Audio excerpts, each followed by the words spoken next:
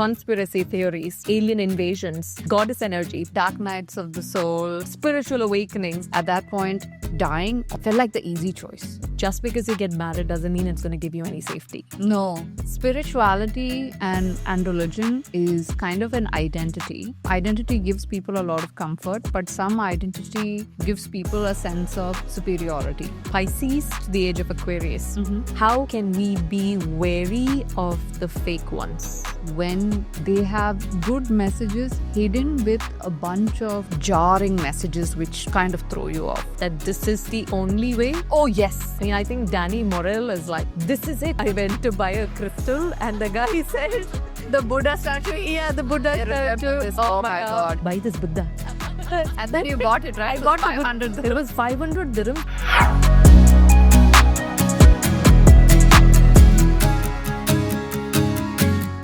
Before we dive into today's episode, I want to give a huge shout out to LVS Studios for making this podcast sound as good as it feels. Today I'm sitting down with my favorite multi-dimensional queen, Rico Busco. So she's also my cousin, and we speak about everything on the episode today, from conspiracy theories to alien invasions, goddess energy, princess energy, dark nights of the soul, spiritual awakenings, everything in today's podcast. Rico, welcome to the Celestevolve podcast. Thank you for inviting me on this podcast. It is so weird.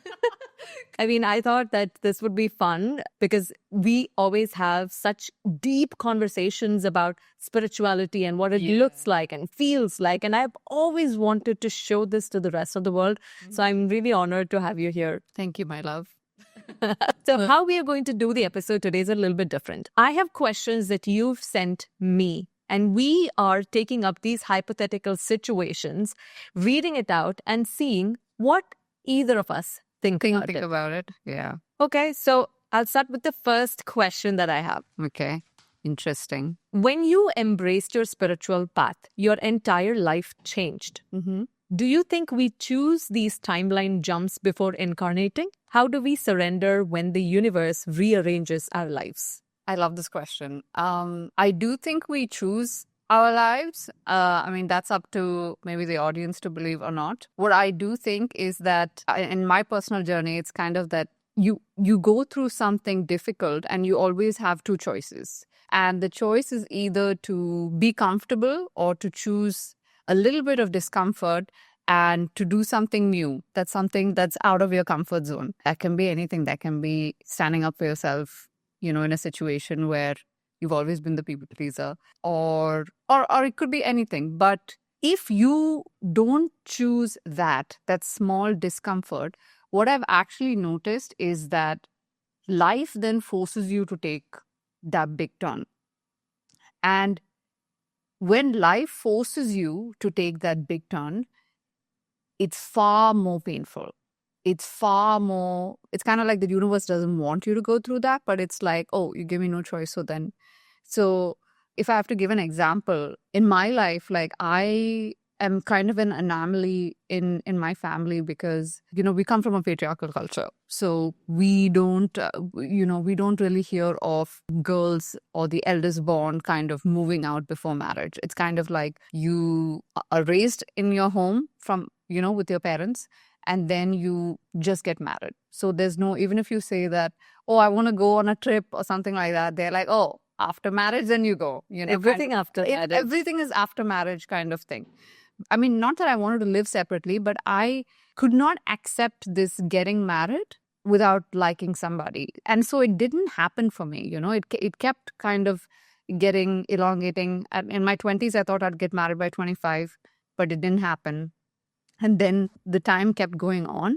And then people around me were getting married. So the pressure really started building. And there were a lot of things about my home atmosphere that was really suffocating me. And I was a people pleaser. So I was trying to please everybody. There was a breaking point that came where I was like, I need to move out. And if I don't, it's going to be very harmful. And I could really feel the stress building up. There were days that I didn't want to go home. I would sit in my car. I would be outside or I would stay at work. And work at that time was also a toxic environment. But it was like, I would rather stay in this place where I feel a little bit more safer than to go home. I tried to ask my parents if I could move out. and it was not allowed. So it was like, no, you're not allowed to move out. And then I think I spent 3 years trying to convince them, sending them emails and letters and trying to sit down with them. And in the end, what started happening was I started getting really sick because all the stress was finally getting to me sick. And I started having panic attacks and I didn't know where this was coming from. And there were days I would wake up and I couldn't move my legs. And it freaked me out. And I would try to tell my parents and go to hospitals and stuff. And they would always kind of distract me and deny it or say things like, oh, you're always on your phone and that's why. Eventually, I came to a point where my panic attacks were so bad and my outbursts became so bad that I felt like I either had to die or I had to take this leap. And honestly, at that point, dying felt like the easy choice. Then actually having to move out, that was the difficult choice because I didn't know what was out there. But when that point came and I had to do that, I would say it was the most important decision that I've ever taken. I don't think I've ever looked back and thought, oh, I shouldn't have moved out. I always thought, oh, I should have moved out earlier. Like I shouldn't have maybe asked for permission for 3 years before I got sick because there's so much of damage that those 3 years did, the repercussions of which I'm still facing now. There's so many incidences where the same thing happened where I would try my best to choose a life of comfort And suffering together. and suffering and endurance. It's like, no, I can endure this pain. Actually, you don't need to endure that pain. And in the end, it would come and hit me a little bit harder than what would have been easier if I had just got out. Well, if I'm going to go through that anyway, then let's just face it. So yeah, that's my philosophy now. I'm like, oh, pain, yeah, bring it on. Like I'm not scared of you. Because when you were saying that, I was thinking about this princess energy and the queen energy. So Yeah. princess energy is where it's that maiden energy where you're like, oh, there's going to be a prince charming who's going to come and save you and life is going to be nice. People are supposed to do things for you. That is princess energy. And then comes the queen, the goddess energy, where you realize, oh, I am whole and complete as it is. Yeah. I don't need someone else to come and serve me. I magnetize things. Yeah. Before, we were in that princess energy thing where we're like, okay, someone has to come and save us. So you have to mourn that way. Yeah. You kind of feel like marriage is going to give you safety. Yeah. But now you realize that just because you get married doesn't mean it's going to give you any safety. No. Let's move on to the next question from your side. If your ex's betrayal was a messenger from the universe, what do you think it was here to teach you? How can we honor the soul contract in heartbreak without drowning in pain? A lot of the times, it's when I'm being inauthentic and not in touch with who or what I want, that's when I get fucked. So now I tell the universe, hey, listen, I understand you guys like giving me courses and lessons and stuff like that, but, let's take it a notch down next time. So what I do now, whenever I'm getting confused, I tap in, hey, what do you want? What do you want? And then I'm like, oh, you want to take the difficult choice? Cool, let's do it. Yeah. I don't want you to give it to me in the hard way. I got into relationships or I got into jobs that was not aligned with me when I was being inauthentic and not true to myself. So when I'm not true to myself, I will also attract that kind of a person into my life. Now that's something that I've understood. But again, you never know what other lessons universe has in mind. Like when you graduate from year 1, they'll give you year 2, then year 3, till it gets to a point where we're probably like, oh, we are God. We don't need anybody. I guess that's the final lesson. This is an interesting question because it has 2 parts, right? It says if your ex's betrayal, so let's say that the person that you were with betrayed you, what do you think it was here to teach you? So betrayal is kind of like an extreme, right? It's an extreme. It's kind of like, oh, the last straw, because in every relationship, there is a deal breaker, right? Like, oh, I have my limits and this is my limit. So I feel like betrayal, let's say if that's cheating or, something that you really can't accept, that's the extreme, right? And if it's reached there, it probably means that there's a lot of endurance before that. Like there's a lot of red flags that was ignored before that, where you have disrespected yourself, and you have allowed certain things to happen at the cost of yourself and at the disservice of yourself. So when you don't reach there, when you don't actually see the first red flag and you're like, oh, whether he makes a comment that makes you feel uncomfortable and you're like, no, I'm not comfortable with that. Or he does something that violates your boundaries and you're like, no, I don't like this. And then there's no consequence. And then he still continues to do it. And you endure that because you think that enduring, and by the way, enduring is a very women thing, by the way. Yeah, we women are It's a supposed very, to endure. yeah, you're supposed to endure, for the marriage or whatever. Then it eventually comes, the final kicker, the karmic lesson, which is, the betrayal, forces you to choose yourself. Definitely, it's painful. And why it's painful is because you were holding on to something for so long and you were enduring and you were investing and you want this investment to make sense at the end of it. Like, oh, I've put so much into this relationship and I wanted to reap some kind of benefit, whether we're together or whether we get married or whether we build this life together, and you want to see that fruition. So you're kind of grieving a lot of things at that point. You can't escape the pain. When you've reached that point, you can't escape the pain. Knowledge of this stuff is amazing. Like, spirituality is really amazing in that it gives you all these concepts and you can find comfort in reading it and thinking, oh, time will heal all things and it's going to be okay. But when it actually comes, there is no way to escape that pain. It must be felt. It must be endured. I mean, not endured. It must be like fully felt to kind of let go. When you fully grieve it, it gets lighter for sure. But I don't think in my experience, you can't not escape that pain. What you said is right, because when I read the theory of spirituality, which is, okay, dark night of the soul, shed the ego layer and all of that stuff, I was like, okay, universe, I learned everything. Is it time for me to go to the mountains and become the monk? And the answer my higher self always says is, now you have the theoretical knowledge. Let's make it practical. Oh. So now I'm here in a place like stuck. I wanted to travel and escape into the spiritual realms, into the other things. So that's right. You can't escape it. You've got to deal with it. And the next time, just embrace it. Okay. So the next question is, why do you think some people wear spirituality like a costume while others radiate it quietly? Spirituality and religion is kind of an identity. And identity gives people a lot of comfort, but some identity gives people a sense of superiority. It's always the people that feel very insecure about their own morality that feel very comfortable in judging others, because I need to judge you so that the spotlight is not on me. So that's why someone like Jesus was so radical. Back in the day, stoning someone for adultery was a normal thing. So all these people who are all sinners, who have all sinned in their life, they come and they're so eager to stone this woman who is supposedly an adulteress, who's supposedly a prostitute. And then Jesus comes with his simple, whoever of you has not sinned, you can cast the first stone, because he knows that there is no such thing.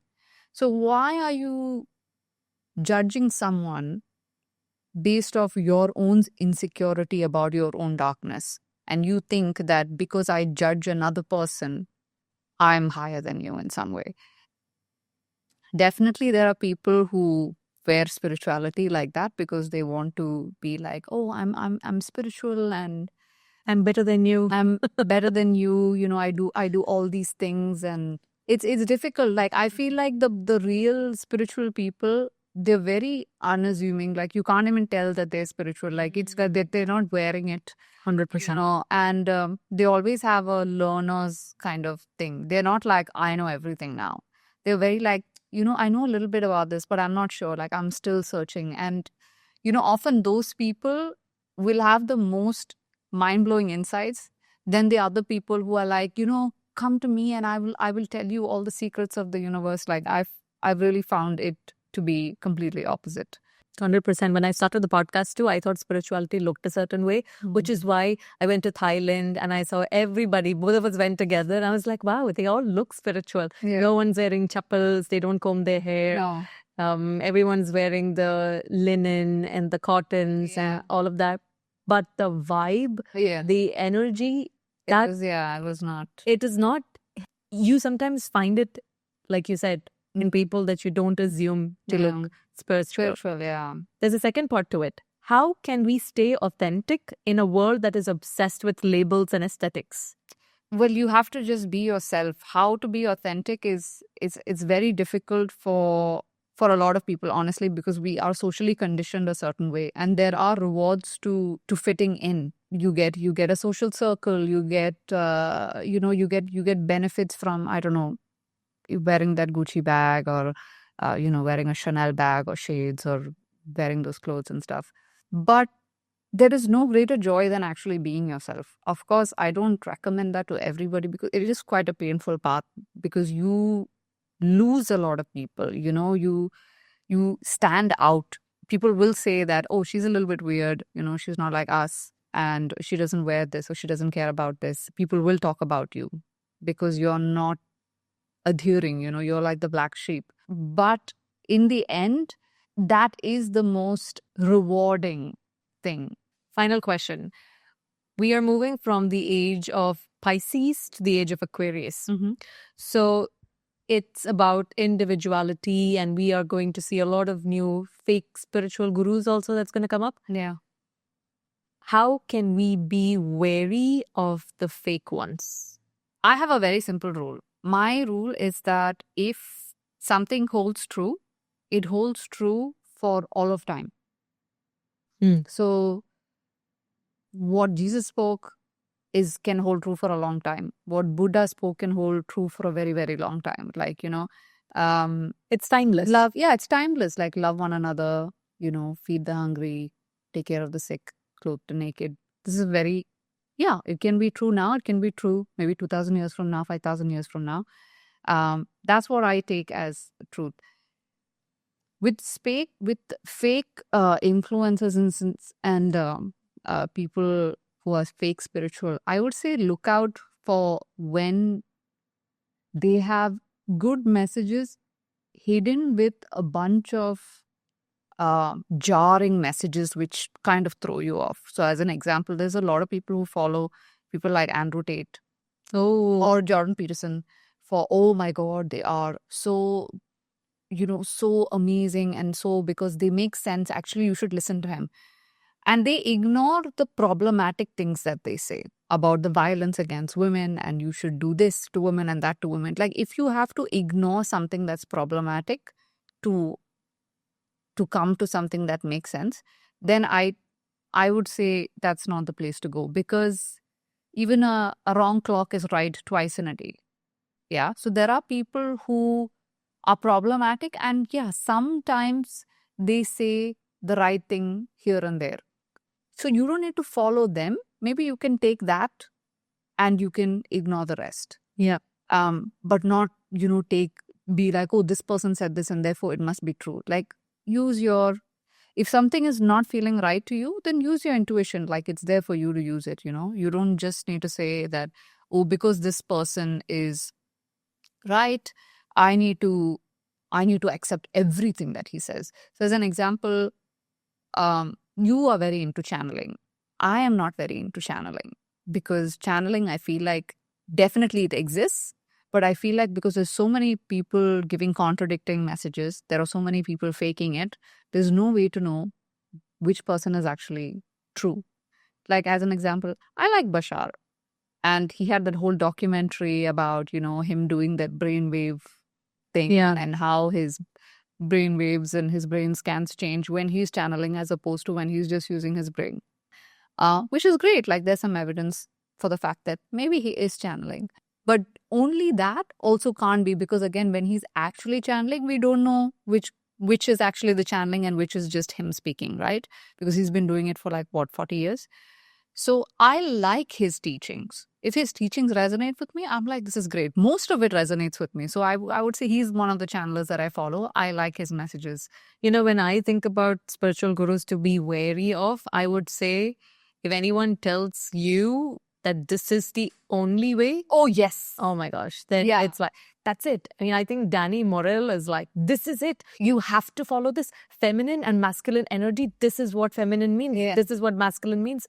No, it can mean anything. Yeah, So yeah. if someone says that this is exactly what it is, Yeah. no. No, absolutely. Absolutely. This is very important because we are so different. Every single person is so different. Like even within the same family and the same blood, you have 4 people that are completely opposite in what they like, in what they eat, in how they dress, how they like certain things done, their personalities. Like even among blood, we are so different. So how are you to say that, oh, this is feminine, this is masculine? No, it's very, it's up to each person how they define themselves. So completely agree with you. When someone says this is the only way, then Oh, I have one more. go ahead. When someone says, especially the spiritual guru who comes and tells you, oh, I see this negative energy block in you. I need to release it for you because I keep falling for it. No. There was this time where I went to buy a crystal and the guy said, The Buddha statue? yeah, the Buddha I remember statue. this. Oh my God. This was the most entertaining saga. I was watching it, bro. Popcorn. I was like, I went there and he said, I can see that you're always, the problem with you is you're always thinking from your heart.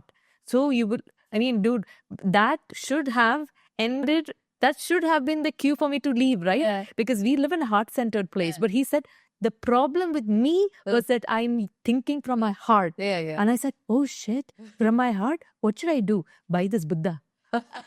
So I said, And then you bought it, right? I got 500. It was 500 dirhams for a Buddha. He didn't let me pick it up. So, like, he gave a crystal, but I don't even think it's crystal. I think it was glass. So when I held it, I was like, oh, very heavy.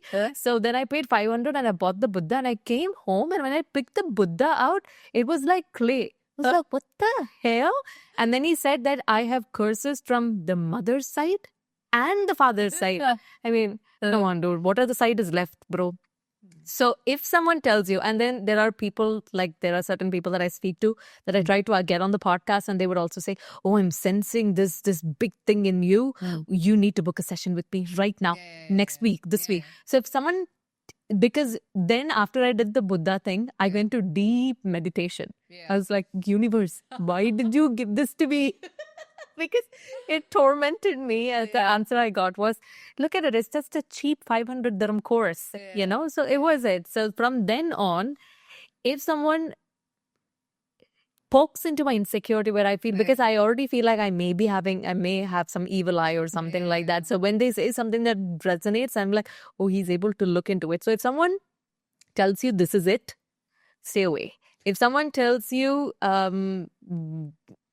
you have a problem and you need to pay me money to fix that for you and you are problematic, stay away. I have one more. Oh, what is it? It's when people use fear Yeah, that's right. to influence you rather than using love. And I think love is freedom. Love is kind of like, you can take this path. It'll be difficult, but you are free to take, you are free to take whichever path. So it's that is coming from a place of love. Is like, this is the advice I can give you, but I trust you to take your own decisions and you have to own it. And, I'll still love you at the end of it. The opposite is fear. It's like, if you do this, if you seek this, if you do that, then you are going to be ABC, like burn in hell, or, or curses will fall upon you or whatever. And I think that is a false teaching. And it's also one based on control. Because it's like, oh, you are straying too far away, so I need you to keep you on track. And therefore, I need to... It's kind of like when you are young and your parents tell you, hey, if you go there, then there's a youth or something like that, Yeah. I was just remembering this thing. And we should stop teaching our kids this, honestly, because I remember as a young child, might have been 5 or 6, and we always had the 6 o'clock prayer. So we would gather around and we would pray the 6 o'clock prayer. And I would go and I would light the candle with the lighter, and I was very excited to light this candle because I just discovered how to do it. So I would go and I would do it. And obviously one of the days it ran out of fuel. Now I don't know that this thing runs on fuel. I just know that it works. But when I was trying to light the candle, it was not lighting. So I would keep doing it. It was not lighting. And then my grandmother said, oh, it's not coming on. So God must not be pleased with you. And you can imagine the terror that went into my heart, and where I was trying to think, what did I do in the past 24 hours that was unpleasing to God? Yeah, big one. And, and if I'm not pleasing to God, then I'm going to hell. Whereas hell, it's like where everyone burns, right? So it was really, it was really I think that is also very important. Anybody who tries to control you through anything that feels negatively to you, fear or anything, stay away from them. And that brings us to the final question. Rico, where are we going to have lunch from? So I hope you enjoyed this episode. If you did, please do like and subscribe to the channel. It would mean the world to both of us. And if you want me to bring Rico more and more onto the podcast so that we can just sit and bitch about spirituality, and let us know in the comments too. Thank you so much for watching. And thank you so much, Rico, for coming on the podcast. Thank you for watching. Click on one of the videos to continue your journey and don't forget to subscribe.